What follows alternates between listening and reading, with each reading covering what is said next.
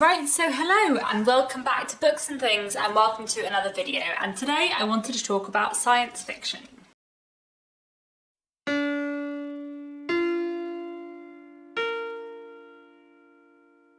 I feel like science fiction is not a genre I speak about very much on my channel. Obviously I primarily read, I would say, classics and historical fiction and some contemporary stuff, but I actually really enjoy both science fiction and literary fiction with science fiction elements, I suppose, which is not necessarily like strictly sci-fi, but has some kind of sci-fi element in it. And basically I was thinking about this because I just finished reading Sea of Tranquility by Emily St. John Mandel, which is absolutely incredible and fantastic and so wonderful in so many ways. And this was making me think about how I really enjoy science fiction elements in books. Sea of Tranquility is one of those books that is certainly not entirely science fiction, but does have some science fiction elements in it.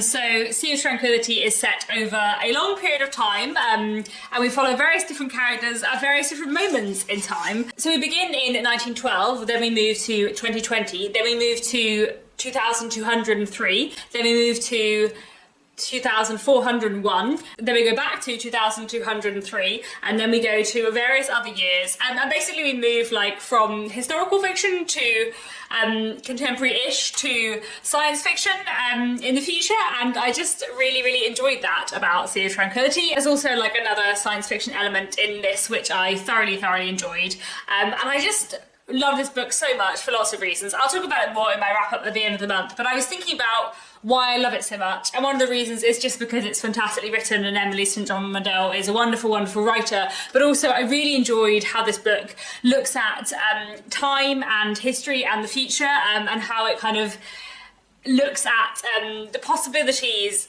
of the future, I suppose, and how difficult it is to imagine the future when the present feels like the most important thing. There's a moment in Sea of Tranquility where one of the characters talks about how everyone always thinks they're living through the end of the world, and I just thought that was really interesting. And yeah, I just love this book a lot, and it was making me think about the fact that I do actually really enjoy science fiction elements in books, and about the fact that I do like science fiction in general. I would say that actually when I think about the genres that I read, and then I think about that in comparison to the genres that I watch, there is quite a difference. I read tons of historical fiction and classics, but when I watch TV and films, I would say the primary genre that I watch TV and films for is science fiction. Not entirely, and obviously like there's a lot of superhero films that are like vaguely sci-fi, but actually superhero films are kind of their own genre. But like Star Trek's one of my favourite TV programmes. I really used to enjoy Doctor Who a lot. I watched Everything Everywhere All at Once the other week and really enjoyed it. It was such a great film. Then I watched another film the other week called How It Ends, which is kind of dystopian sort of, but it's more just like a character study, and I loved that as well. And I was thinking about how much I enjoy sci-fi stuff on screen, and why I don't think of it as a genre that I love in books, even though I do. And then I started thinking about books that are either sort of proper science fiction or have science fiction elements in them, and I thought I would just talk about them today. This has been a very long and rambly opening, but anyway, I have a few books to mention today. Obviously, I have already spoken about Sea of Tranquility and how much I loved it, but Emily St. John Mandel has also written one other book which I suppose has science fiction elements, which is Station 11. Station 11 came out in 2014, but it had a bit of a resurgence in the last few years because it is a book about a global pandemic which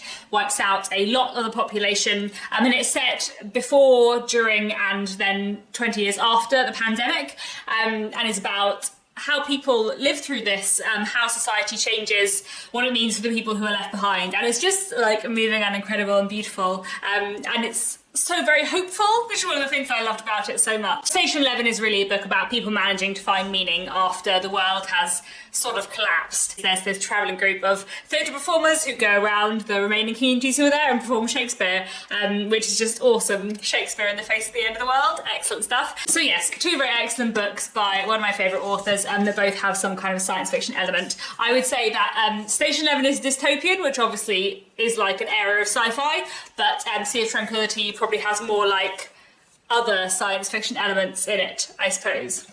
I feel like it's a spoiler to say more, so I'm not going to, but yeah, both very excellent books. When I was reading Sea of Tranquility, it reminded me quite a lot of Cloud Atlas by David Mitchell, which is another book that I really love. I think partly because both Sea of Tranquility and Cloud Atlas both kind of move from starting off as historical fiction and then becoming sci-fi by the end of the book in a way that I think is really cool. And in Cloud Atlas, like in Sea of Tranquility, there is kind of some link between the different sections of the novel. Cloud Atlas works forward in time and then back in time. Cloud Atlas starts off, I think, in the 19th century and then goes far into the future, hundreds of years in the future. It's been a while since I read it, so I'm not precisely certain how far into the future it goes. And effectively, like, all the way through, you're getting half a story, and then you work backwards in time and get the other half of the story and come back to the 19th century at the end.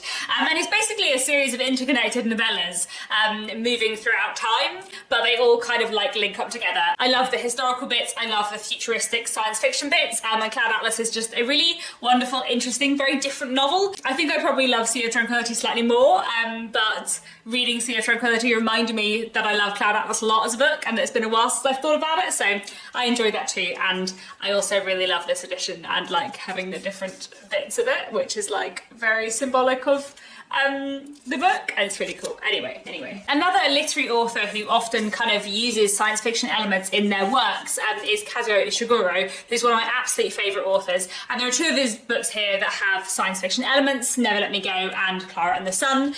Never Let Me Go has a science fiction element to it, but I feel like I can't tell you what it is without spoiling the book. Never Let Me Go is set in an alternate version of the 1990s where there is some sort of I guess science fiction element to it, which is something that I think is done really, really well and is used in this book just to really explore the characters and to explore memory and humanity rather than being about the thing itself, and I think that's really wonderfully done. And then in his latest book, Clara and the Sun, again he uses a kind of science fiction element to look at humanity and memory and what it means to be a person. This book is about Clara, who is an artificial friend, so she is an AI being who has kind of been designed to be the companion of someone, and she is bought by a young girl who is not very well, and she lives with Josie and tries to help Josie. We get this like glimpse of this world, but we know so little about it because we're always seeing it from Clara's perspective, and Clara isn't privy to everything that is going on. We kind of get little details about the world in the future that these people live in, but we don't know very much about it, and I kind of love that. I feel like it's one of those things that would annoy a lot of people, but I really enjoyed it because I just really like their like strangeness and not quite knowing the full story. I feel like we're just seeing like one angle of a world, but I kind of love that, so I would highly recommend this one too. The next book I want to talk about is Radiance by Catherine M. Valente. This is a really wonderful, unique, strange, fantastic book that I hugely love.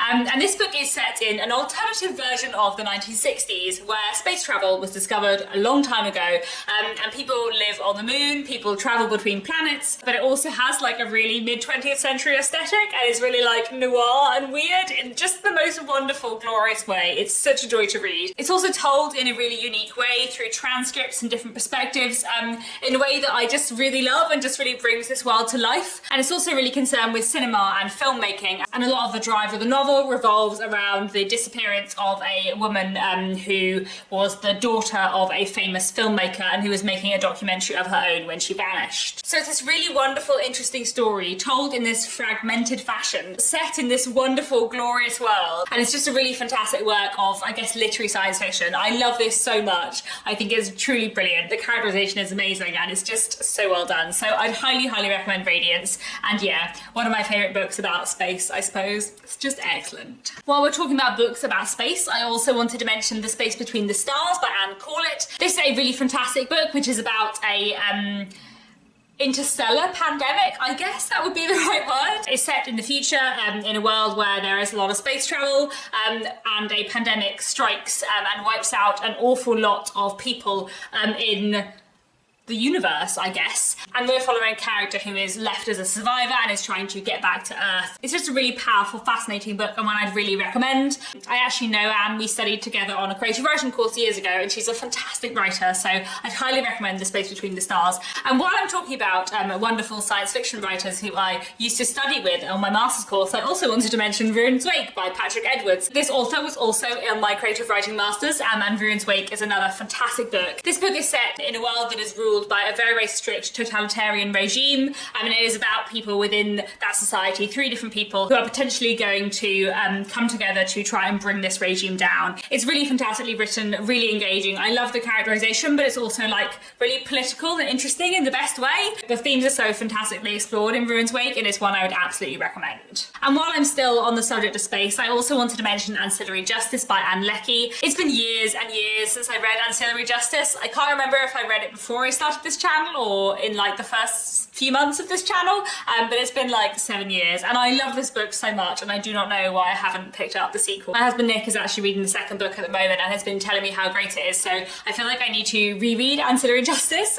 maybe on audiobook, and then carry on with the series, because I absolutely loved it. It's one of my favourite science fiction books I've ever read, and I just, you know, didn't carry on with the series for no discernible reason. Anyway, Ancillary Justice is a fantastic, unique, wonderful science fiction book set deep in the future, in space, in a kind of big empire where there's like a lot of stuff to do with manners, so they all wear gloves and drink tea in a way that is kind of like a Regency combined with the Roman Empire, and I just love that hugely. But even more cool, the book is narrated by an AI spaceship who's kind of narrating in like a dual narrative, one bit of which she has a body of some kind, and the other bit of which she is just a spaceship kind of being able to see everyone on the ship, and she's like describing everything that happens, and that viewpoint is just so unique in a really interesting way. And then also, because she is an AI, she can't recognize gender, she doesn't understand gender as a concept, so she refers to everyone as she, so everyone's pronouns are she throughout the whole book, and every now and then it's referred to that a character is male, but the narrator still uses the word she because the narrator has no concept of gender. And I just feel like that was really interesting as well. And there's just so much in Ancillary Justice, which was fantastic. And I just really, really need to reread it and carry on with the series because I loved it very, very much. Another series that I need to finish is Becky Chambers' Wayfarer series. So I read A Long Way to a Small Angry Planet a few years ago, and then I've also read A Closed and Common Orbit, both of which I love hugely. I really love the way that Becky Chambers creates this kind of wonderful, rich world full of so many alien species, full of such a kind of interesting array of planets. I feel like the politics and the places and the societies and cultures that she creates are so well done, and I feel like the characterization in these books is fantastic. I love both A Long Way to a Small Angry Planet and A Closed and Common Orbit, but A Closed and Common Orbit is my favourite, I think. There was something about this book that was so moving and so powerful, because it's basically a dual narrative talking about 2 different people who are both quite unique in certain ways. And it's basically a book, a bit like some of the Kazuo Ishiguro books I talked about earlier, which is all about kind of what it means to be a person. And I just found this book like intensely moving. Like I cried my eyes out at this. It's fantastic. So I'd highly, highly recommend this one. Wonderful, wonderful work with science fiction. I feel like everything I've mentioned so far has been from the 21st century, but I did want to talk about a few science fiction classics or modern classics as well. Obviously, H.G. Wells is kind of considered the father of science fiction in many ways. I think I've read quite a lot of H.G. Wells's books. I will say that in general, I actually prefer his realist novels to his science fiction by quite a long way. However, there are some of his works of science fiction that I do think are really fantastic. The Time Machine is a really great novella that looks very interestingly at possible futures in a really kind of interesting, political, complicated way. And then I also really liked The Island of Dr. Moreau, which is a strange book, but quite an interesting one. I would say that H.G. Wells' science fiction is very much kind of about the ideas and not about the characters. So his science fiction is very light on characterization, which is interesting because his realist novels have fantastic characters in that are very fully fledged, but his science fiction, like he's doing something different. All he wants to do is explore the concept. He's not really interested in the characterization. So H.G. Wells is an author where it's worth reading his science fiction, but if you are like me looking for more character-driven science fiction, then you probably won't like H.G. Wells' science fiction as much. But anyway, I wanted to mention Flowers for Algernon, which is a work of science fiction from 1966, and this is a really interesting read. Flowers for Algernon is about a man called Charlie who ends up kind of being involved in an experiment which is supposed to raise his IQ dramatically. He has quite a low IQ and he takes part in this experiment and everything kind of goes on from there.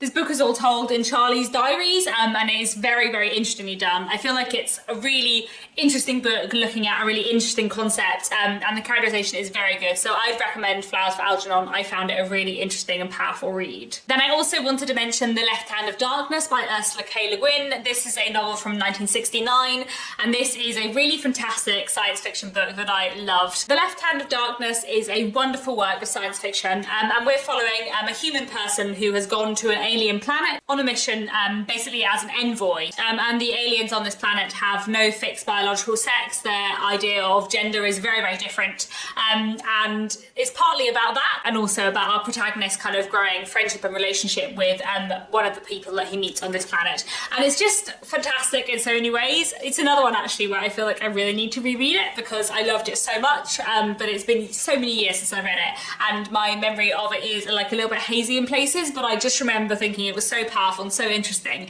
I read it as part of a science fiction book club I was in many years ago and I really enjoyed like talking about it with other people and talking about all the themes that it discussed, especially coming out when it did in the 1960s, how radical it was. It's such an interesting book and yeah, what I need to reread very much. Anyway, the final book I wanted to mention is a book from the 90s. This is Random Acts of Senseless Violence by Jack Womack, and this is a fantastic work that I would really, really recommend. This is one of those books where I picked it up because someone had recommended it to me, like without very many expectations, not knowing anything about it, and then I started reading it and was utterly blown away. This book is first published in 1993 and it's set in a kind of near future from that point, following a sort of dystopian breakdown of society, I suppose. The book is narrated by Lola Hart, who is a young middle-class girl. I think she is probably about 12 or 13 at the beginning of the book, but I'm not certain about that. She might be a little bit older. It's been a little while since I read it. And at the beginning of the book, her family are kind of doing fine. She lives in a middle-class neighbourhood, and she is not really aware of all the problems that are going on in her society. But over the course of the book, her family kind of lose their money, go down in society. She ends up in a very different neighbourhood where random acts of senseless violence are sometimes breaking out, and we're basically following her coming of age story in this strange, messed up world, and it's just fantastic. Like, it's just such a powerful, interesting coming of age story, and the characterization and the character development in this book is absolutely incredible. Considering it's not a long book, the character journey that Lola Hart goes on is just incredible. Like, it's so good, it's so well written, and I feel like it does that thing that science fiction and dystopian fiction can do so well, where it uses this kind of complex, heightened situation to really explore a character to the full in such a fantastic way. And I guess that is one of the things that I really do enjoy about science fiction, when it just uses like futuristic, technological, interesting things to explore philosophical issues and the human condition and kind of do more with characters in a really interesting way. I feel like science fiction can do that so well. So those are some science fiction books, or some books with science fiction elements that I really, really love. But I'd also really like any science fiction recommendations, because I feel like this is a genre that I really enjoy, but I don't read masses of. And I feel like if you have any books to recommend me that are like the books I've spoken about today, then that would be really wonderful. I feel like in general, what I want from science fiction is science fiction that is relatively character-led and like not too dense.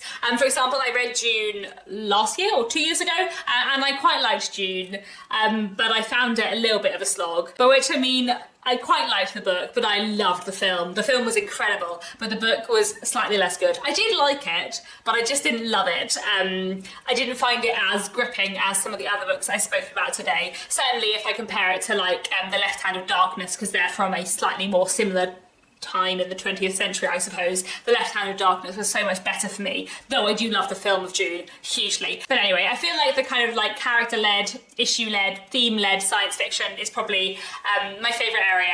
But if anyone has any recommendations of books that I might like, science fiction books that I might like based on what I have spoken about today, then that would be really, really fantastic, because I feel like I need to read more in this area, and I really, really need to finish Anne Leckie and Becky Chambers' series as well. So that's all for now. Please do let me know down in the comments what you thought of this video, if you have any thoughts, any recommendations for me, and I'll be back very soon with another bookish video.